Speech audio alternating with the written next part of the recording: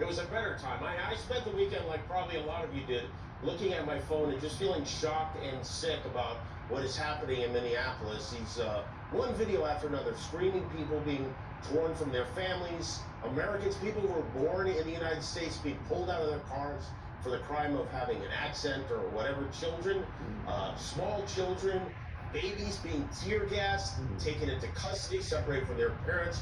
Just one atrocity after another being committed by this gang of poorly trained, shamefully led, mask-wearing goons. And that is what they are. They're goons committing vile, heartless, and even criminal acts. And it's sickening to watch, and it's frustrating to watch. It's like we're all being forced to play a game that has no rules. They just make up the rules as they go along. We see these videos in which we clearly see one of our fellow Americans executed by ICE, and they won't even admit that it was a mistake. They say that the Honda SUV Renee Good was driving was weaponized. They say the gun Alex Preddy had a license to carry in an open carry state. All right, many of these same people screamed very loudly about when it was Kyle Rittenhouse carrying the gun, a gun that Alex Preddy did not even draw, did not touch, a gun that was taken from him by one of the agents before he was shot dead by the other ones.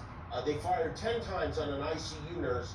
You're telling us, well, it was justified, you know? Is that the law and order that you voted for, if you voted for this? Every day is a nightmare now. My wife and I have family in Minneapolis. They're afraid to take their kids to school. They're afraid to go to work. And I can only imagine how people who aren't white feel about this. How does this end? What's the plan here? Is the plan to just keep doing this in every city that didn't vote for Donald Trump? Does anyone on any side believe this is good leadership? We keep saying we need to find subjects that we can agree on. Can we agree that peaceful protesters, including moms driving SUVs on their way back after dropping their 6-year-old off at school, and a nurse who stepped in to protect a woman from harm, don't deserve to be shot dead in the street by the people we are paying to protect us? Can we agree on that? Can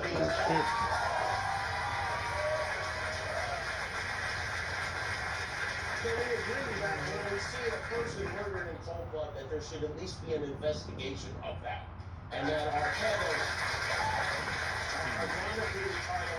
Homeland Security has the responsibility to get facts before telling us that what we saw we did not see. I mean, if we can't agree on that, forget it then. This one seems pretty open and shut to me. I think we can agree on this one. It's on video. Look at it. Do your own research. And then once you do, once you form your own opinion without being told what you saw, say something. Where are the reasonable voices on the right? I mean, we don't have to agree on everything, but come on. If that was a group of trans swimmers shooting a guy for making a cell phone video, you'd be heating up the electric chairs right now. Admit it, you would. Let's cut the boat already, because it may be Fox, but it ain't news. Agents reasonably thought that they were engaging because a gun was produced. If he's armed and they knew he was armed, it was imperative for them to take him down. And now here, literally a guy pulls a gun on an ICE officer. He defends himself. When you're seeing a gun in your face and you're in the scuffle, then you have to, again, assume that is a gun. And you could tell in that moment that they saw something or something spooked them, because they all back off all of a sudden, and then you hear shots fired. You've got an armed individual, somebody holding a gun up to Border Patrol. Of course you are going to see a reaction. Do you think these are all just local Minneapolis folks who have decided to go out on a sub-zero day? Only one person could have prevented this from happening, and it's Alex Preddy.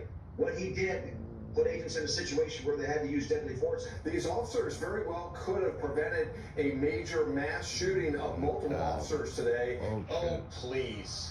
If that was ISIS instead of ICE, we'd be firing missiles at somebody and pledging allegiance to the flag altogether right now. Watch that video. Watch every angle, as upsetting as it might be, and decide for yourself if that's making America great. And if it isn't, please say something about it. This has to stop. And I'm convinced now that the only people who can stop it are on the right. I know it takes a lot of courage to go against your tribe or whatever it is, but that's what we need. We need some decent people on the right to show some courage and some common sense. And if our leaders aren't even trying to reduce the amount of chaos in the street rather than exacerbating it, if our leaders are intentionally creating and encouraging violence and fear, then I hope you will also agree we need new leaders, because these are not leaders.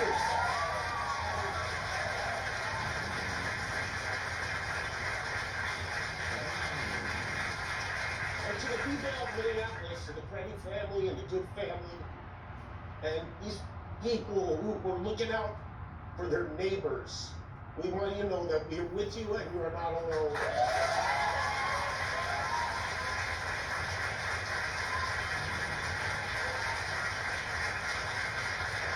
I'll tell you another thing. We also want to see those Epstein files already.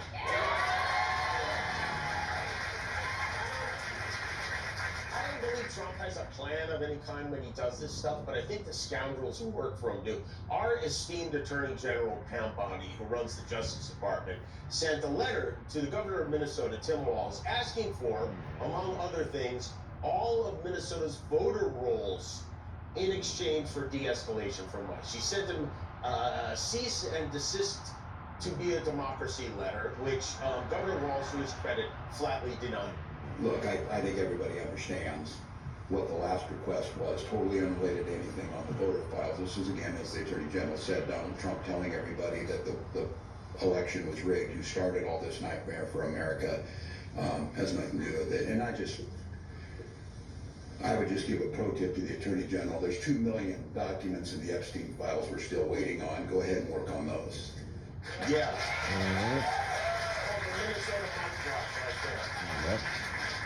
He's going balls to the walls. You know, that should be the response to any question on any topic involving Pam Bondi or Donald Trump. Where are those Epstein files already? Tim Walz and President Trump spoke on the phone today. Trump said they had a very good call, which I think for Trump means he didn't call him the R word during the call. That's progress. The fact that Trump even got on the phone with Tim Walz shows you he knows he's made a mess here. He's also sending somebody in to replace his #1 ICE hole in Minneapolis, the head of the Border Patrol, Greg Bovino, this is Greg Bovino's high school yearbook.